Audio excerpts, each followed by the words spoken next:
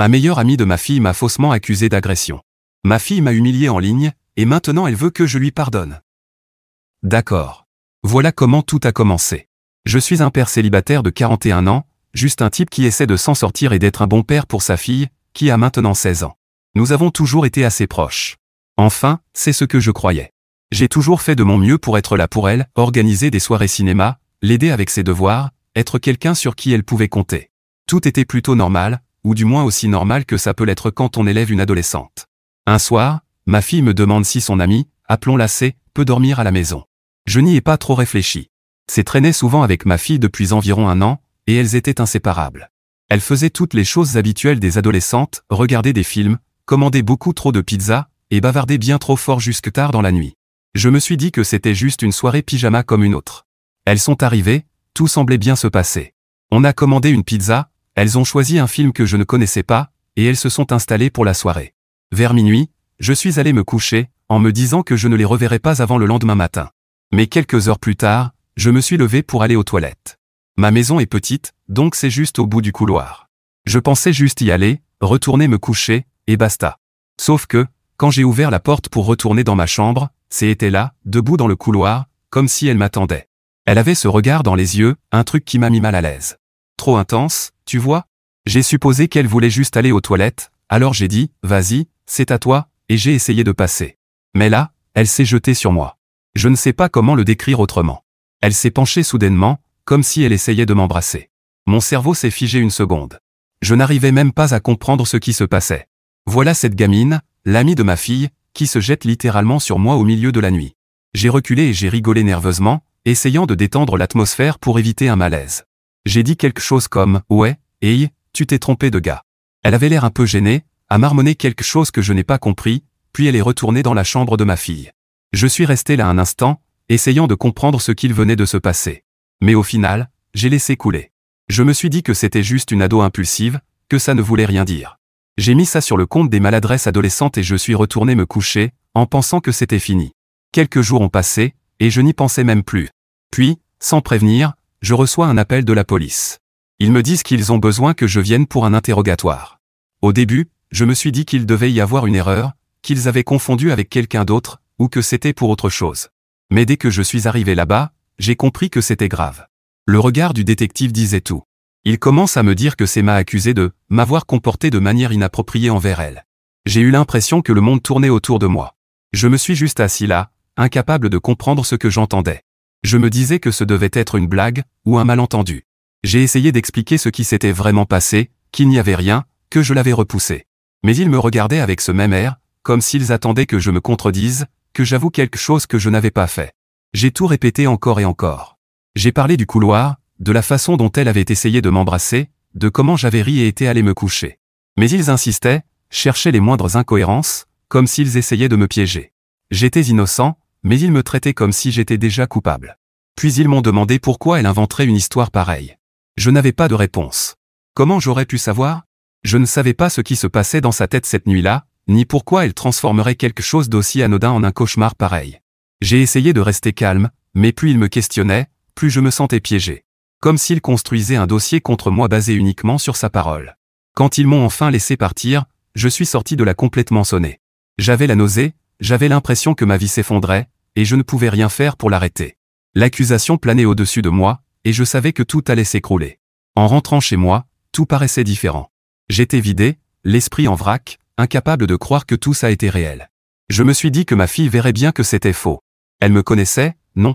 Mais quand j'ai essayé de la joindre, rien. Silence radio. Après un jour ou deux, j'ai enfin eu de ses nouvelles, mais pas comme je l'espérais.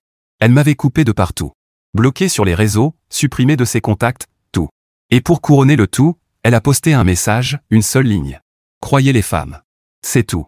Rien d'autre. Juste ça. Je ne peux même pas expliquer à quel point ça m'a brisé. Parce qu'à ce moment-là, je me battais contre une accusation absurde, et ma propre fille venait, en une phrase, de m'abandonner devant le monde entier. Je n'ai pas lâché l'affaire.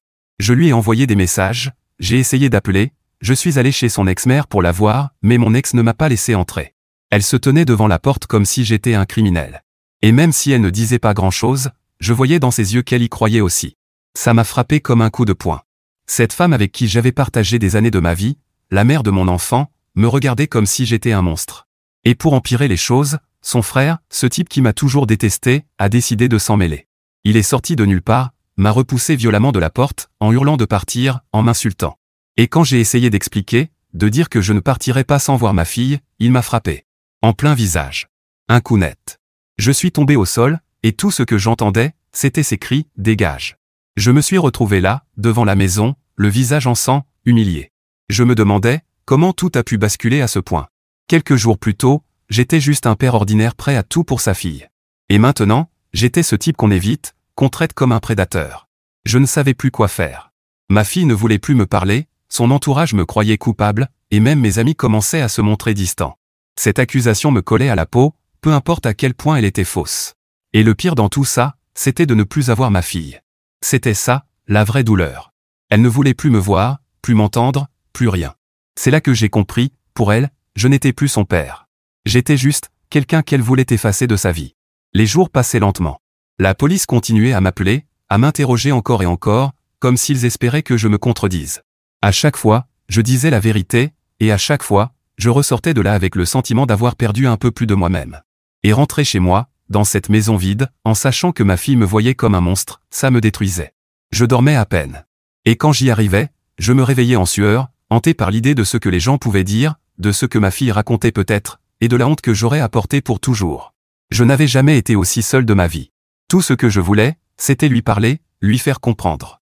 Mais à chaque fois que je pensais à son visage, à ce regard de dégoût qu'elle m'avait lancé avant de me bloquer, je n'en avais plus la force.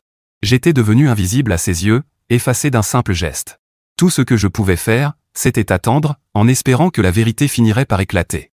Mais, seul, abandonné de tous, j'avais de plus en plus de mal à croire que ce jour viendrait un jour. Être convoqué une fois, c'était déjà dur.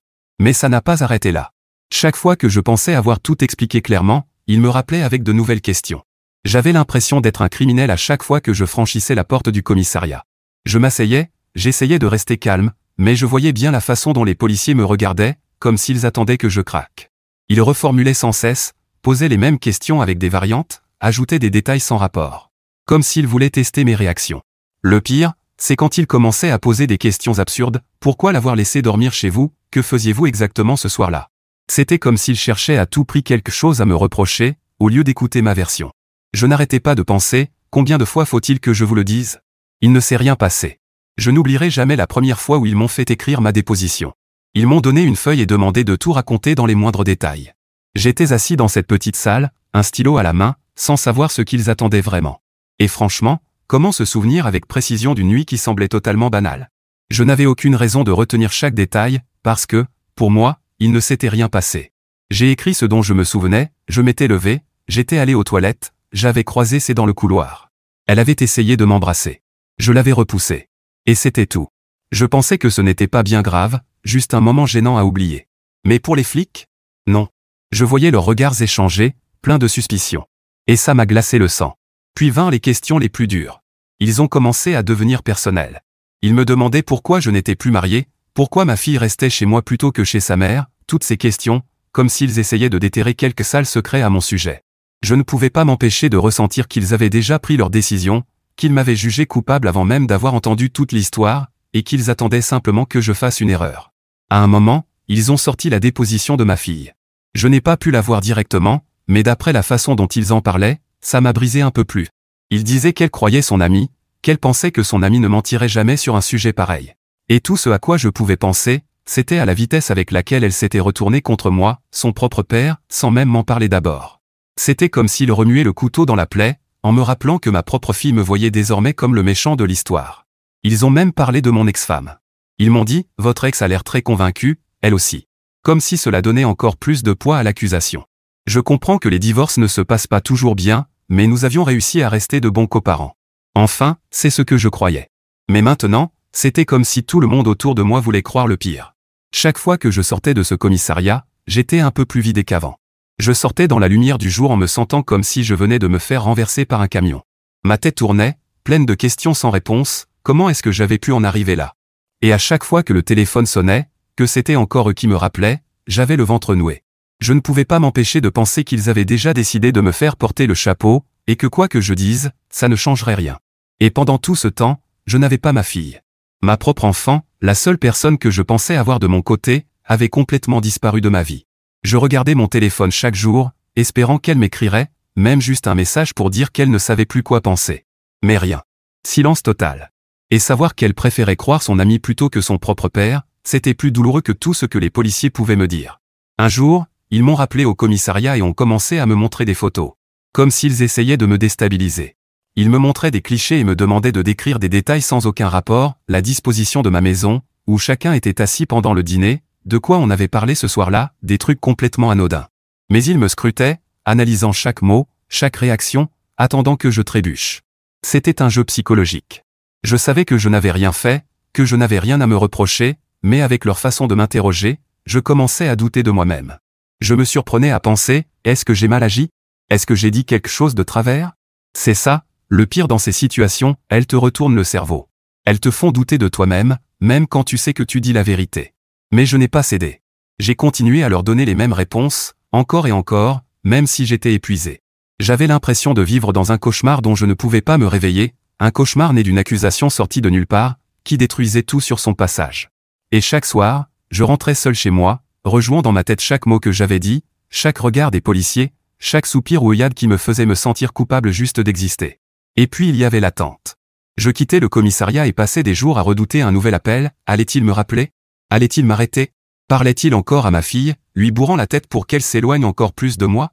J'avais l'impression d'être en procès chaque jour, même sans inculpation. Et tout ce temps, j'avais cette boule dans le ventre, parce que je savais que si je n'arrivais pas à prouver mon innocence, j'allais tout perdre. Ma fille, ma famille, ma vie entière.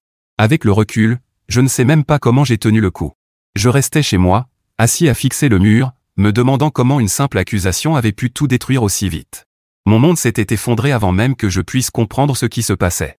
Et voir que tout le monde autour de moi avait été si prompt à juger, si impatient de croire le pire, c'était une douleur que je ne souhaiterais à personne. Voilà où j'en étais, à me présenter sans cesse au commissariat devant des gens qui ne me croyaient pas, puis à rentrer dans une maison vide, en me demandant si ce cauchemar allait un jour prendre fin. Mais après toutes ces séances avec la police, le prochain coup dur ne venait pas d'eux. Non. Il venait de ma propre fille. Par les réseaux sociaux.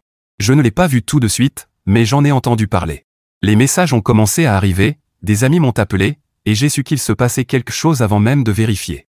Quand j'ai enfin vu ce qu'elle avait posté, mon cœur s'est effondré. C'était là, tout en haut de sa page, croyez les femmes. Juste ces deux mots, postés comme une sorte d'étendard. Un petit clin d'œil à tous ses abonnés pour leur dire, sans même me nommer, que j'étais coupable. Et pour beaucoup, c'était tout ce qu'il fallait. Il y a quelque chose de déchirant à voir son propre enfant publier un message pareil, visible par tout le monde. Même si elle ne disait pas mon nom, tous ceux qui nous connaissaient savaient de quoi elle parlait. Famille, amis, connaissances, tout le monde savait que j'étais celui dont on parlait. Et voir ma fille publier ça, c'était comme le coup de grâce. Pour elle, j'étais coupable. Point final. Je vais être honnête, je suis resté longtemps à fixer ce post, espérant qu'en le regardant assez, quelque chose finirait par avoir du sens. Mais non. C'était de la trahison à l'état pur.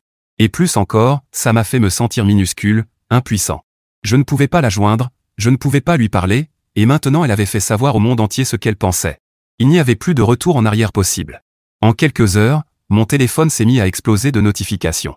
Des membres de ma famille m'écrivaient pour demander ce qui se passait, si c'était vrai. Des gens que je n'avais pas vus depuis des années voulaient soudain prendre de mes nouvelles, mais c'était évident, ils voulaient juste assister au désastre. Certains essayaient d'être discrets, mais je voyais bien qu'ils pensaient tous la même chose, que j'étais coupable. Des amis, des voisins, des collègues, tout le monde avait vu passer le message. Et c'était comme si une marque rouge brûlante était gravée sur mon front. Et le pire, c'est que je ne pouvais même pas me défendre. Tout ce que je dirais aurait juste l'air d'un homme coupable cherchant à se justifier. Et comme l'enquête était toujours en cours, la police m'avait dit de ne rien dire publiquement. Alors j'étais là, à regarder ma vie se faire démolir sur Internet, sans pouvoir dire un mot. Puis sont venus les messages. Des inconnus, des gens que je ne connaissais même pas, m'insultant, m'accusant, m'envoyant des horreurs. On me traitait de monstre, on me souhaitait la mort, on disait que je devais pourrir en prison. Je recevais des paragraphes entiers de haine pure, et je ne pouvais rien faire. Ma fille, elle, restait muette. Pas d'appel. Pas de message. Juste ce post, visible par tous. Et à chaque fois que je retournais sur sa page, il était toujours là, entouré de centaines de commentaires. Tu es tellement courageuse, tu fais ce qu'il faut, écrivaient les gens. Personne ne prenait une seconde pour se demander si, peut-être, je disais la vérité. Si, peut-être, je pouvais être la victime dans cette histoire. Les gens que je croyais être mes amis ont disparu. Certains m'ont envoyé un message, probablement par curiosité, mais c'était clair qu'ils ne me croyaient pas. L'un de mes plus proches amis, que je connaissais depuis des années, ne m'a même pas appelé. Il a juste envoyé « J'espère que ce n'est pas vrai, mec. J'espère que ce n'est pas vrai ». C'est tout? C'est tout ce qu'il avait à dire? C'était comme si tout le monde que j'avais un jour aimé ou en qui j'avais eu confiance s'était évaporé ou retourné contre moi en quelques jours. Et le poste de ma fille restait là. J'espérais qu'elle finirait par le supprimer, qu'elle réfléchirait, qu'un proche lui ferait entendre raison. Mais non. Il restait là, comme un panneau lumineux rappelant à tout le monde que j'étais censé être un monstre. Un jour, j'ai failli publier quelque chose moi aussi. J'ai écrit un long message plein de colère, pour me défendre, pour dire à quel point c'était injuste d'être jugé sans preuve. Mais chaque fois que je le relisais, je pensais à ce que les gens allaient dire. Ils y verraient de la manipulation, une tentative pour faire pression sur ma fille. Personne n'écouterait ce que j'avais à dire. Alors j'ai tout effacé. Et je suis resté là, impuissant. Les jours suivants, je ne pouvais plus sortir sans sentir le poids de ce poste sur moi. Je croisais des gens qui savaient, et ils détournaient le regard. Certains me fixaient, comme s'ils cherchaient à deviner si j'étais bien, ce type-là. Même au travail, les collègues étaient étranges, hésitants, gênés. Et mes voisins. Certains faisaient semblant de ne pas me voir, pressant le pas pour rentrer chez eux. Je vérifiais son profil chaque jour, espérant qu'elle l'aurait enfin supprimé. Mais non. Et plus le temps passait, plus les gens s'ajoutaient, commentaient, partageaient, l'applaudissaient. Ma fille était devenue une héroïne aux yeux d'inconnus, pendant que moi, je regardais ma réputation partir en fumée. Je voulais hurler, leur dire qu'elle n'avait même pas parlé avec moi, qu'elle ignorait ma version des faits. Mais je savais que ça ne ferait qu'empirer les choses. Dans ce genre de situation, le silence te fait paraître coupable, mais la parole te condamne. Alors je suis resté coincé. Immobile. Regardant ma vie se désintégrer. Ma propre fille m'avait peint comme un monstre, et le monde entier applaudissait. Et moi, qu'est-ce que j'étais censé faire? Certaines nuits, je restais allongé, à imaginer ce que je pourrais lui dire, comment lui faire comprendre à quel point tout cela me détruisait. Mais je savais qu'elle ne répondrait pas. Qu'elle ne m'écouterait même pas. Parce que, dans sa tête, elle avait déjà décidé qui j'étais. Et le pire? Tout le monde aussi. Je pensais que les réseaux sociaux servaient à partager des photos, des souvenirs, à rire un peu. Jamais je n'aurais cru qu'ils deviendraient l'arme qui détruirait ma vie. Et pourtant, c'est ce que j'étais en train de voir, ma propre fille m'humilier publiquement, pendant que le monde entier l'acclamait, sans se soucier de la vérité. J'étais officiellement seul. Et personne n'en avait rien à faire. Après des semaines passées à revivre le même cauchemar, à répondre encore et encore aux mêmes questions, un jour, le téléphone a de nouveau sonné. C'était le détective. Cette fois, pourtant, le ton du détective n'était pas le même. Il ne sonnait plus comme un homme prêt à me faire subir un nouvel interrogatoire. Il y avait quelque chose de différent dans sa voix, quelque chose de presque prudent. Il m'a dit de venir au commissariat, qu'ils avaient une mise à jour concernant l'affaire. À ce stade, je ne savais plus à quoi m'attendre.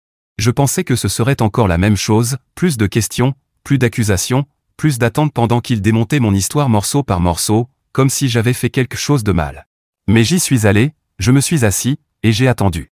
Le détective m'a observé un instant, puis s'est penché en avant, comme s'il essayait de me préparer à ce qu'il allait dire. Il s'est éclairci la gorge et a dit « Nous avons recommencé à interroger C. » Et là, il a ajouté « Elle a changé sa version. » Ces mots m'ont frappé de plein fouet. Ma première pensée a été que les choses allaient empirer, qu'elle avait trouvé un moyen d'aggraver encore la situation. Mais il a continué. Il m'a expliqué qu'il l'avait poussé à donner plus de détails, des éléments concrets pour appuyer son accusation, et que, visiblement, rien ne tenait debout. Ils avaient commencé à remarquer des incohérences, des choses qu'elle avait omises, des détails qu'elle n'arrivait pas à garder cohérents. Et quand ils l'ont pressée, elle s'est mise à bafouiller, à se contredire sur plusieurs points. Il m'a dit qu'elle s'était embrouillée, qu'elle n'arrivait plus à se souvenir de la chronologie, ni de ce qu'elle avait déjà raconté. Au début, ils ont cru que c'était juste le stress, mais plus ils insistaient, plus elle perdait pied. Et puis, ils ont remarqué quelque chose, toute son histoire commençait à s'effondrer. Ils lui ont demandé d'expliquer à nouveau, de leur donner une seule version claire et cohérente des faits. Mais à chaque fois qu'elle essayait, elle se trompait, disait quelque chose de différent de la fois précédente. Finalement, elle s'est figée, s'est tue, et c'est là qu'ils ont vraiment insisté. Le détective m'a dit qu'il l'avait confrontée à la gravité de la situation, qu'il lui avait rappelé l'importance de dire la vérité. Et c'est à ce moment-là qu'elle a craqué. Selon le détective, c'est s'est effondré en larmes et a admis que rien de tout cela n'était vrai. Que je ne lui avais rien fait. Elle a avoué que la vraie raison de son accusation, c'était le compagnon de sa mère. C'était lui qui lui avait fait du mal. Mais elle n'avait pas eu le courage de le dénoncer directement. Elle en avait peur, elle se sentait piégée et ne savait pas quoi faire. Alors, elle avait décidé de m'accuser, moi, parce que c'était plus simple, plus sûr, parce que je n'étais pas vraiment présent dans sa vie. Quand j'ai entendu ces mots, je n'ai pas ressenti le soulagement que j'attendais depuis des semaines. Non. Ce que j'ai ressenti, c'était une vague de colère, de frustration, et de douleur que je n'arrive même pas à décrire. Tout ce que j'avais enduré, les nuits sans sommeil, les humiliations, le rejet de ma propre fille, c'était parce que j'avais été le bouc émissaire facile. C'est avait complètement bouleversé ma vie parce qu'elle n'osait pas affronter le vrai monstre. Le détective a continué, m'expliquant qu'ils allaient officiellement lever les accusations et classer l'affaire. J'étais libre, blanchi aux yeux de la loi. Je ne serais pas arrêté, je n'aurais plus de charge au-dessus de la tête. Mais pendant qu'il parlait, tout ça me semblait creux. Bien sûr, j'étais innocent sur le papier. Mais qu'en était-il du reste? Ma réputation? Mes relations? La confiance de ma fille, brisée en morceaux? Tout ça restait en ruine. Le détective pouvait me dire que j'étais libre autant qu'il voulait, ça ne changeait pas le fait que tout ce qui comptait pour moi avait été détruit. Je ne me souviens presque pas d'être sorti du commissariat. J'ai dû conduire machinalement, en repassant ces mots dans ma tête, essayant de comprendre. En arrivant chez moi, je me suis affalé sur le canapé, fixant le mur, complètement vidé. La vérité était enfin sortie, mais elle ne réparait rien. Je ne pouvais m'empêcher de penser à la facilité avec laquelle c'est m'avait pris pour cible, à quel point elle avait été rapide à ruiner ma vie juste parce que c'était plus pratique. Et le pire? Elle l'avait fait sans la moindre hésitation, sans se soucier des conséquences. Je pensais à ma fille, à la vitesse avec laquelle elle avait cru au mensonge, à la rapidité avec laquelle elle m'avait effacé de sa vie, juste pour poster ce message, croyez les femmes, comme si j'étais coupable sans le moindre doute. Pendant des jours, je n'ai ressenti qu'un vide immense. L'accusation avait disparu, mais le mal était fait. Amis, famille, collègues, tous ceux qui autrefois me soutenaient m'avaient traité comme un monstre.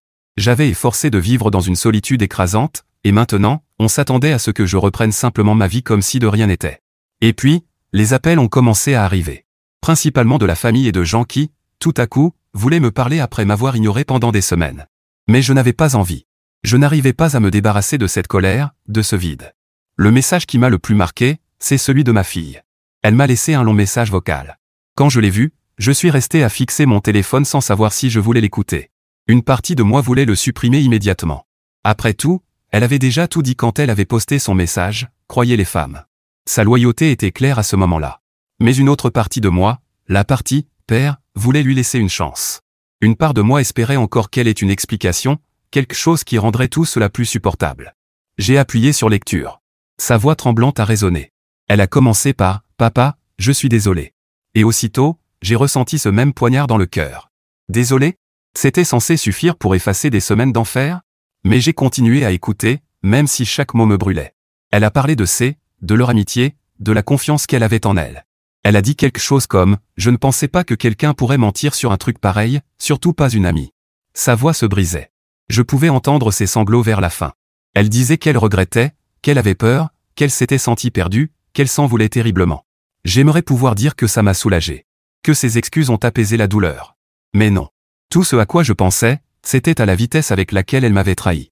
Pas une seule fois elle n'avait douté. Pas une seule fois elle n'avait cherché à me parler avant de me condamner. Elle avait entendu une seule version, celle de son ami, et m'avait immédiatement désigné comme le monstre. Son message se terminait par « Papa, je veux venir te voir. Je veux qu'on parle. Je veux arranger les choses. » Elle répétait encore et encore qu'elle était désolée, comme si les mots pouvaient effacer les blessures. Mais ça ne faisait que creuser le vide en moi.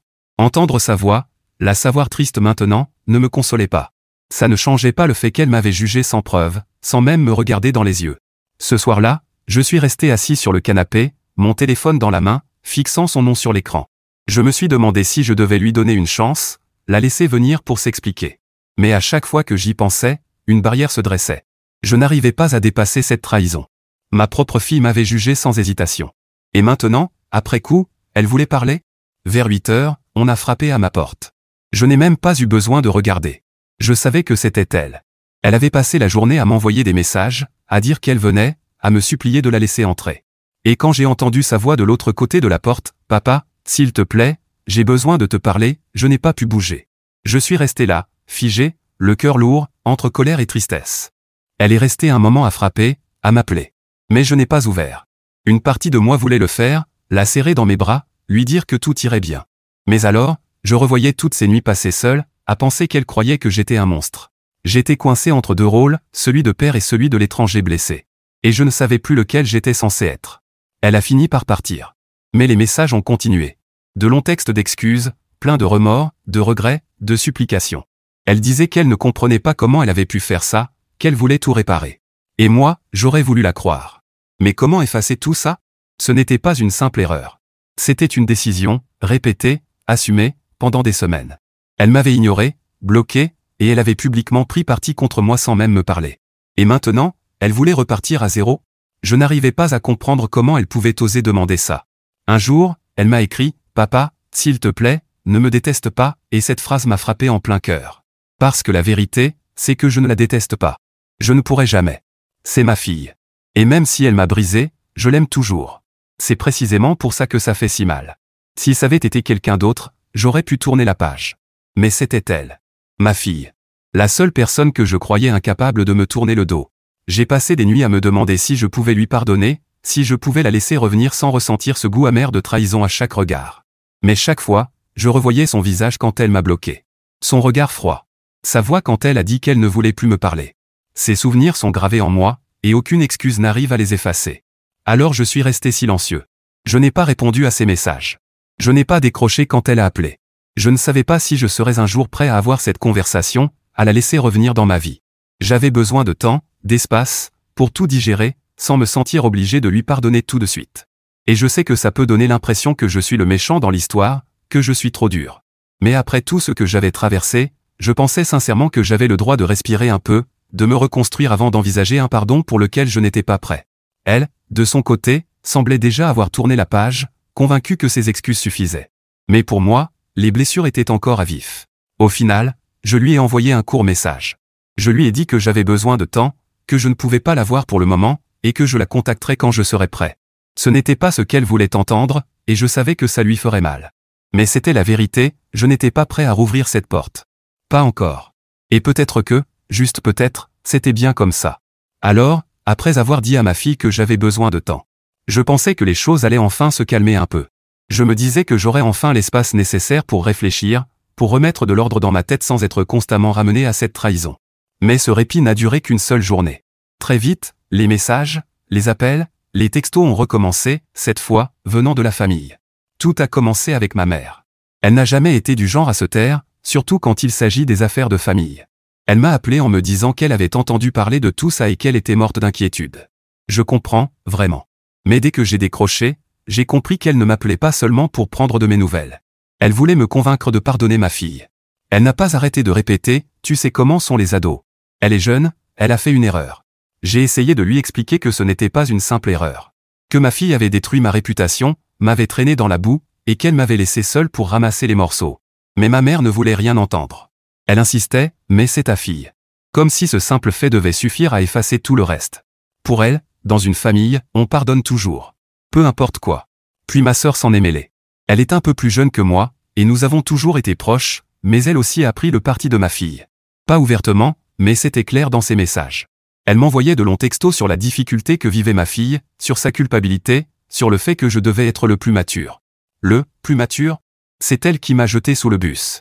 Mais peu importe combien de fois j'essayais d'expliquer, ma sœur répétait, elle est jeune, elle avait peur. J'avais envie de hurler. Tout le monde faisait comme si c'était moi qui exagérais, comme si je devais simplement ravaler ma douleur et ma colère parce que, c'est ma fille. Ma sœur a même osé me dire, si tu ne lui pardonnes pas, tu vas la perdre pour de bon. La perdre? C'est elle qui m'a quitté. C'est elle qui m'a bloqué, qui a publié publiquement que j'étais coupable avant même que je puisse dire un mot pour me défendre. Et maintenant qu'elle se sent coupable, je suis censé tout oublier, sans poser de questions. Le lendemain, ma mère a rappelé. Cette fois, elle a changé de ton, la famille, c'est tout ce qu'on a, c'est une occasion d'apprendre pour ta fille. Une occasion d'apprendre? Moi, je suis encore là à essayer de me reconstruire après un traumatisme, et pour eux, c'était juste une leçon de vie, pour elle? C'était à croire que toute cette histoire n'était, pour eux, qu'un simple épisode éducatif pour ma fille, et une gêne passagère pour moi. Et puis, il y a eu mon ex-femme.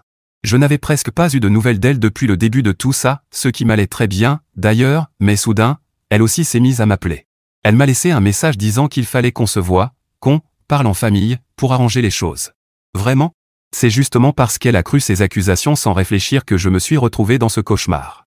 Elle ne m'a pas laissé entrer chez elle, n'a pas écouté un mot de ma défense, et maintenant elle veut une réunion de famille. Je ne vais pas mentir, sentir tout le monde se liguer ainsi contre moi m'a fait douter de ma propre santé mentale.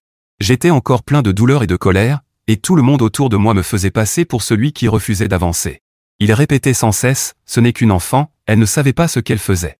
Mais pour moi, ce n'était pas une excuse. Elle savait très bien ce qu'elle faisait quand elle est allée sur les réseaux pour m'accuser. Elle savait très bien ce que signifiait me bloquer, m'effacer, m'exclure de sa vie. Mais maintenant qu'elle a des remords, tout le monde veut la dépeindre comme une pauvre victime. Même ma tante s'en est mêlée. C'est une femme gentille, mais du genre, paix à tout prix. Elle m'a envoyé un long courriel m'expliquant à quel point il était important de guérir en famille, et que je devais donner l'exemple du pardon. Franchement, j'en ai eu la nausée en le lisant. C'était plein de belles phrases sur la force du pardon, comme une carte de vœux toute faite. Personne ne voulait comprendre ce que moi, j'avais vécu. Ils voulaient juste que je pardonne pour leur propre confort, pour rétablir une illusion d'harmonie. Au bout d'une semaine de ça, je n'en pouvais plus. J'ai envoyé un message dans notre groupe familial à ma mère et à ma sœur. Je comprends que vous soyez inquiète pour ma fille, mais vous devez aussi comprendre que moi aussi, je souffre. Je ne peux pas tourner la page du jour au lendemain. Je pensais qu'elle comprendrait. Qu'elle me laisserait respirer un peu. Mais non. Ma mère a redoublé d'insistance, garder de la rancune, ça ne te fera que du mal à long terme. Elle n'arrêtait pas de parler de « bon exemple », de « paix intérieure », et ça ne faisait que me culpabiliser encore plus. Je n'étais pas rancunier. J'essayais juste de guérir. Mais à leurs yeux, je passais pour quelqu'un d'entêté, d'aigri. Ma sœur a renchéri, pense à l'avenir, tu pourrais regretter de la repousser. C'était comme s'ils avaient tous répété le même discours, me dire encore et encore que je perdrais ma fille si je ne la pardonnais pas tout de suite. Personne n'a pris la peine de se demander ce que j'avais déjà perdu. Alors j'ai fini par couper le son du groupe familial, juste pour retrouver un peu de paix. Mais même là, ils ont trouvé moyen de me joindre. Ma mère s'est pointée chez moi un soir, comme si de rien n'était. Elle s'est assise dans mon salon et m'a sorti un grand discours sur le fait de laisser aller la colère. Elle m'a dit, tu verras, tu te sentiras mieux quand tu lui pardonneras. Peut-être qu'elle a raison. Peut-être qu'un jour, ça fera du bien. Mais pas maintenant. Pas quand les blessures sont encore ouvertes. Le même soir, ma tante m'a appelé à son tour, me disant que tout le monde s'inquiétait pour moi. J'ai eu l'impression de répéter sans cesse la même phrase. J'ai juste besoin d'espace. Mais elle aussi insistait, ne laisse pas ça détruire la famille. La famille ? La famille s'est détruite toute seule le jour où ils ont tous choisi de croire que j'étais coupable. Le mal était fait. Et ce n'était pas à moi de réparer les dégâts juste parce qu'ils se sentaient coupables maintenant. À la fin de la semaine, j'étais vidé. Fatigué d'expliquer, fatigué de me justifier, fatigué d'être celui qu'on accuse de ne pas faire assez d'efforts. Je repensais à tous ces moments, quand les accusations ont éclaté, pas une seule personne ne m'avait soutenu. Pas une. Mais maintenant, ils voulaient que je sois celui qui fasse le premier pas. Alors j'ai gardé mes limites. Je leur ai dit que je n'étais pas prêt, que je ne savais pas quand je le serais, et qu'ils devaient respecter ça. Et honnêtement, c'était dur. Difficile de s'imposer face à sa propre famille, face à des gens qu'on aime. Mais je savais que si je cédais maintenant, si je pardonnais avant d'être prêt, je ne ferais qu'ajouter une nouvelle blessure à toutes les autres. Peut-être qu'un jour, je verrai les choses différemment. Peut-être qu'un jour, j'ouvrirai de nouveau cette porte. Mais pour l'instant, j'ai besoin de temps. Et si eux ne peuvent pas comprendre ça, alors peut-être qu'ils ne m'ont jamais vraiment compris. Mise à jour. Après tout ça, j'ai compris que je ne pouvais plus rester ici. Partout où je regardais, je voyais des rappels de ce que j'avais vécu, le jugement, la trahison, les regards lourds, les gens qui s'étaient détournés de moi. La seule façon d'avancer, c'était de tout laisser derrière moi. Alors j'ai pris une décision. Je vais vendre ma maison, faire mes bagages, et partir loin. Je ne sais pas encore où. Mais je sais que j'ai besoin d'un nouveau départ. Une page blanche. Un endroit où je pourrais enfin respirer à nouveau. Aussi difficile que ce soit, j'ai coupé les ponts avec ma fille, avec ma famille, avec tous ceux qui m'ont tourné le dos. Cette épreuve m'a montré à quel point ils pensaient peu de moi, à quel point ils ont été rapides à croire le pire sans poser de questions. Pendant des semaines, j'ai attendu qu'ils prennent ma défense, qu'au moins une personne reste à mes côtés. Personne ne l'a fait. Et maintenant que la vérité est sortie, ils veulent tous se rattraper, comme si quelques excuses pouvaient effacer tout ça. Mais je ne peux pas faire semblant. Je ne peux pas vivre comme si rien ne s'était passé. Peut-être que, là-bas, j'aurai une chance de reconstruire quelque chose de sain. Peut-être que je rencontrerai des gens capables de me voir pour qui je suis vraiment, et non pour ce qu'ils ont cru que j'étais. Je ne sais pas ce que l'avenir me réserve. Mais je sais que je ne peux pas le passer entouré de gens qui m'ont vu comme un homme jetable.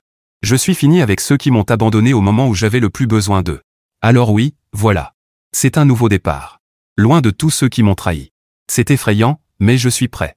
Prêt à chercher enfin un endroit où je pourrai retrouver la paix.